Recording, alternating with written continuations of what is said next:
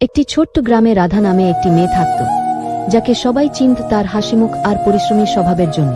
তার বাড়ির পাশে একটি গোয়াল ঘরে থাকত লক্ষ্মী, তাদের সাদা রঙের বড় চোখওয়ালা শান্ত গরু। রাধা আর লক্ষ্মীর মধ্যে ছিল এক গভীর প্রতিদিন বন্ধুত্ব। সকালে রাধা লক্ষ্মীকে নিয়ে যেত মাঠে ঘাস খাওয়াতে। পথে যেতে যেতে সে গান গাইত, আর লক্ষ্মী যেন সেই গান শুনে মাথা দোলাত। গ্রামের লোকজন হেসে বলতো, রাধা, তোর গানে লক্ষ্মী পর্যন্ত মুগ্ধ। রাধাও হেসে জবাব দিত।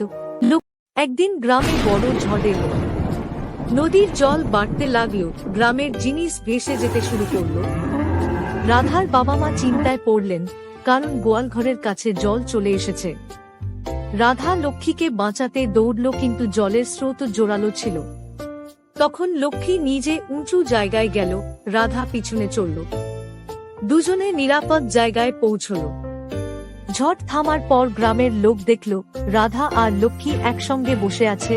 রাধার মুখে হাসি, লক্ষ্মী শান্তভাবে ঘাস চিবোচ্ছে। এক বুড়ো বলল, এরা একে অপরের জন্য জান দিতে পারে।